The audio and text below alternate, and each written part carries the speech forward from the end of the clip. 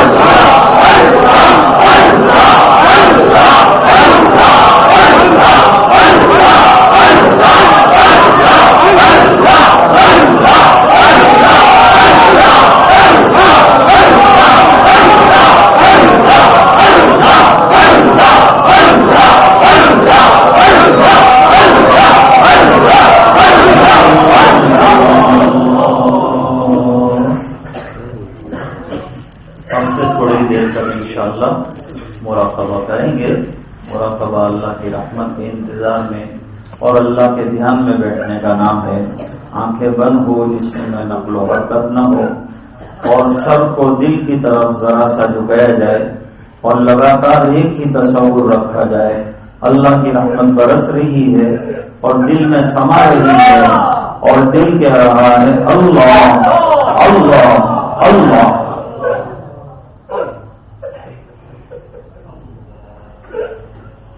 اب مراقب ہو جائیں.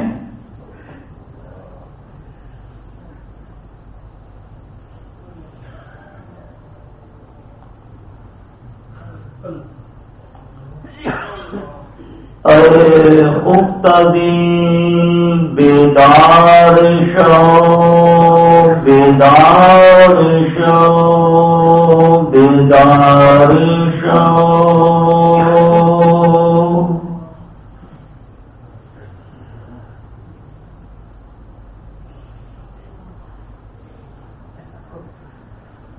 در ذکر حق مشغول شو مشغول شو مشغول شو.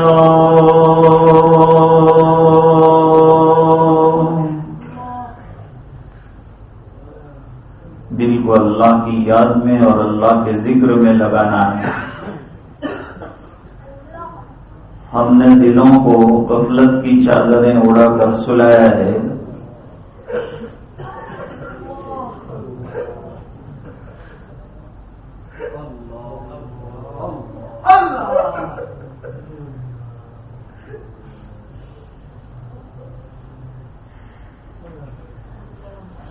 عزیزو دوستو یارو یہ دنیا دار فانی ہے.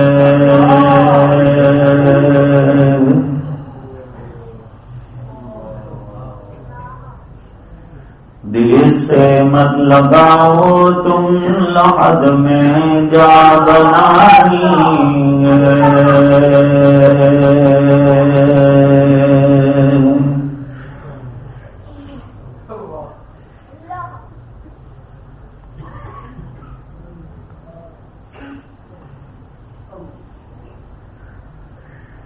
تو آیا بغیر طاعت فسال ذات دنیا میں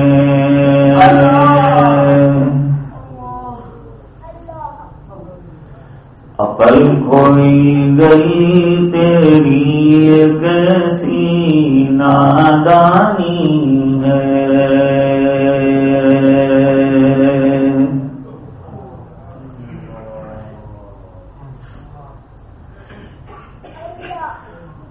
روزے رکھ نمازیں پڑھ خدا کو یاد کر ہر دم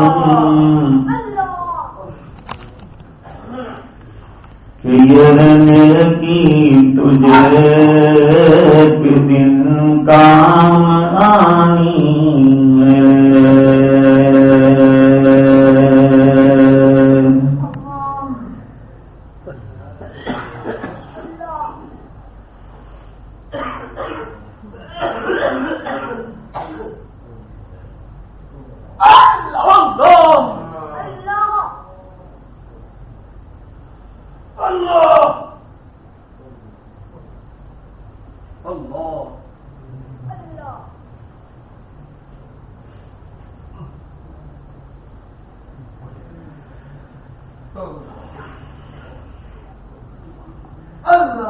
جب مراقبہ کر رہے ہوں اور آنکھیں بند ہو تو یہ سوچنا چاہیے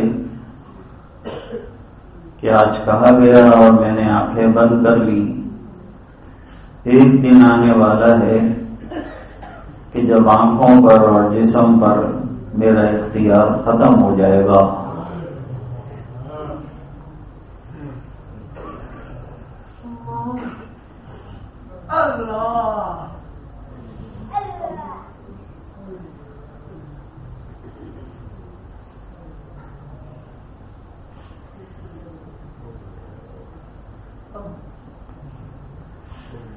لا الہ الا اللہ محمد رسول اللہ صلی اللہ علیہ وسلم. اللهم صل على سيدنا محمد وعلى آل سيدنا محمد وبارك وسلم. ربنا آتنا في الدنيا حسنة وفي الآخرة حسنة وقنا عذاب النار. قنا عذاب القبر وقنا عذاب الحشر وقنا عذاب الفقر وقنا عذاب الدين واحشرنا يوم القيامة مع الأبرار. ربنا لا تزغ قلوبنا بعد إذ هديتنا وهب لنا من لدنك رحمة إنك أنت الوهاب. ربنا إنك جامع الناس ليوم لا ريب فيه إن الله لا يخلف الميعاد. ربنا اغفر لنا ذنوبنا وإسرافنا في أمرنا وثبت أقدامنا وانصرنا على القوم الكافرين. اللهم اهدنا واهد بنا واجعلنا سببا لمن اهتدى. اللهم إن قلوبنا ونواصينا وجوارحنا بيدك لم تملكنا منها شيئا فإذا فعلت ذلك بنا فكن أنت ولينا واهدنا إلى سواء السبيل. اللهم آت نفوسنا تقواها وزكها أنت خير من زكاها أنت وليها ومولاها. يا مقلب القلوب ثبت قلوبنا على دينك. يا مصرف القلوب صرف قلوبنا إلى طاعتك. اللهم طهر قلوبنا من النفاق وعملنا من الرياء وألسنتنا من الكذب وأعيننا من الخيانة فإنك تعلم خائنة الأعين وما تخفي الصدور. اے اللہ ہمارے گناہوں کو معاف کرنا. اے اللہ ہماری بدائیوں سے درگزر کرنا. اے اللہ ہم بہت بڑے مجرم ہیں. اے اللہ بہت بڑے خطاکار ہیں. اے اللہ بہت بڑے ریاکار ہیں. اے اللہ بہت بڑے ضیاکار ہیں. اے اللہ بہت بڑے اقراری پاپی ہیں. اے اللہ زندگی کا بہت بڑا حصہ گناہوں میں گزر گیا اور معاصی میں گزر گیا. اے اللہ جرم عظیم کو معاف کرنا. اے اللہ جرم عظیم کو معاف کرنا. اے اللہ العالمین زندگی کا جو حصہ بچا دے اسے طاعت والا بنا دے. اے اللہ اسے عنایت والا بنا دے. اللہ اسے عبادت والا بنا دے، اللہ اسے تیری طرف رجوع والا بنا دے، اللہ سچی پکی توبہ ہمیں عطا فرما دے، تیرے دربار میں مانگنے والا بنا دے، رونے والا بنا دے، اللہ نمازوں کا پابند بنا دے، اللہ تلاوت کا شہدائی بنا دے، اللہ قرآن کریم کی تلاوت کا ذوق عطا فرما، ہمارے بچوں کو اللہ دین کا ذوق شوق نصیب فرما، اللہ ہماری نسلوں میں دین کی بقا کے فیصلے فرما، اللہ ہماری نادانیوں کی وجہ سے ہماری گرفت نہ فرما، اللہ کرم کے فیصلے فرما دے، اللہ رحم کے فیصلے فرما دے، اللہ عافیت کے معاملے فرما دے، اللہ پوری امت کے حال پر رحم فرما دے، اللہ در در کی ٹھوکریں کھا کر تیرے در پر آئے ہیں اور اللہ تیرے دروازے سے نکال لیے گئے تو کوئی اور دروازہ نہیں جہاں جا کر بھی پائیں گے، اللہ اپنے دروازے سے ہمیں محروم نہ فرما، اللہ کرم کی دید دے دے، اللہ معافی کے پروانے عطا فرما دے، اللہ ہمارے گناہوں پر آپ کو در گزر کی قدم چلا دے، اللہ نیکیوں کا جذبہ عطا فرما دے، اللہ گناہوں کی نفرت ہمارے دلوں میں جاگزین فرما دے، اللہ نیکیوں کی محبت ہمارے دلوں میں پیدا فرما دے، اللہ دلوں کی اصلاح فرما دے، اللہ دلوں کے بگاڑ دور فرما دے، اللہ ظاہر اور باطن کی اصلاح فرما دے، اللہ نور معرفت سے قلوب کو منور فرما دے، اللہ زبان کو ذاکر بنا دے، اللہ قلوب کو شاکر بنا دے، اللہ جسم کو تیرے احکام پر ناظر بنا دے، اللہ اپنی رضائے دائمی عطا فرما، تو ہمیشہ کے لیے ہم سے خوش ہو جا اور راضی ہو جا، اللہ تیری ناراضگی والے کاموں سے ہماری حفاظت فرما دے، اللہ تیرے رضا والے کام کرنے کی ہمیں توفیق عطا فرما دے،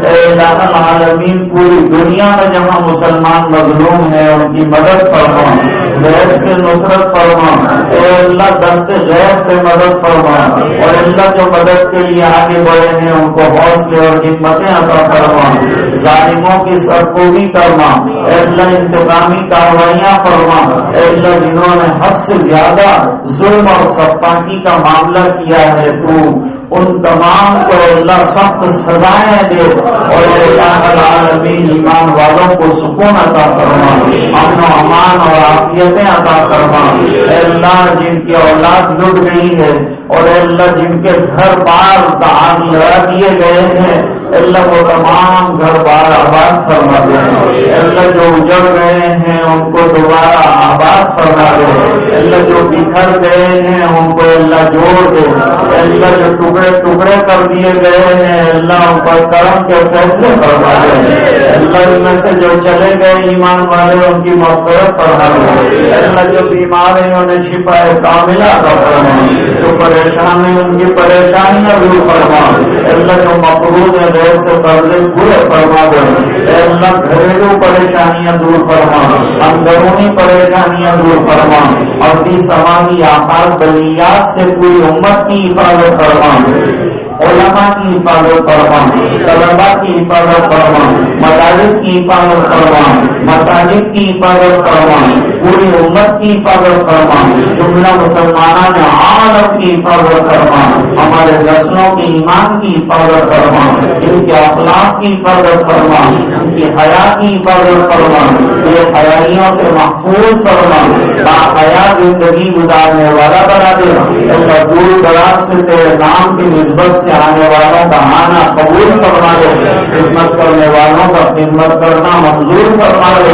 اے اللہ اپنی رضا ہمیں عطا فرما دے، اللہ جس کام کے لیے ہم لوگ جمع ہوئے ہیں کہ تیرا نام لے، اللہ ہمیں تو تیرا نام لینا بھی نہیں آتا، اللہ یہ دل کو معاف فرما دے، اے اللہ تو حقیقت میں اپنا عشق ہمیں عطا فرما دے، اپنی محبت عطا فرما دے، عشق الہی سے ہمارے دلوں کو معمول فرما دے، تیرا ذوق تیرا شوق تیری معرفت تیری محبت عطا فرما دے، اللہ آنے والوں کو محروم نہ فرما، اپنے ضبط کے مطابق سب کو عطا فرما، اللہ تو اپنے شایان شان ہمیں عطا فرما، اللہ العالمین یقیناً ہمارے پاس ایسا کچھ نہیں ہے کہ وہ دربار میں کھڑے ہو کرتے ہیں، لیکن اللہ العالمین ہمارے چھوٹے چھوٹے اعمال کو اللہ رحم پر فرما دے، اللہ کرم کی بھیک مانگ رہے ہیں عطا فرما دے، اور اللہ اپنے فضل سے جو عطا فرمانا ہے عطا فرما دے۔ اللہ تو دے دے گا تو تیری شان میرے سامنے نہیں آئے گی، کامیابوں کی ڈگری بن جائے گی، اللہ ہماری ڈگری بنا دے، اللہ پوری امت کی ڈگری بنا دے، اللہ امت پوری دنیا میں مارے کھائے رہی ہے، اللہ تک رہی ہے، اللہ مر رہی ہے، اللہ کے تیرے نام لینے والے ہیں، اللہ تیرے علاوہ ان کا مددگار کوئی نہیں ہے، اللہ ہمیں اپنے گناہوں کا اقرار ہے، اللہ ہماری نادانیوں کا اقرار ہے، لیکن اللہ ان پر کرم فرما دے اور ان کے لیے مدد کے فیصلے فرما دے اور ظلم سے ان کو جلدی سے دستبردار فرما دے، اللہ ان کی مظلومی میں رحم فرما دے، اللہ کرم کی بھیک عطا فرما دے، ان پر رحم کی بارش برسا دے، اپنی رحمتوں سے انہیں مالا مال فرما دے، اور اللہ دعائیں اپنے فضل و کرم حبیب پاک صلی اللہ علیہ وسلم کے تو خیر منظور فرما برحمتک یا ارحم الراحمین۔ پیر کے روز ہے سگرام پورہ میں 8:15 بجے عشاء کی نماز ہے اور عشاء کے بعد انشاءاللہ مجلس ہے۔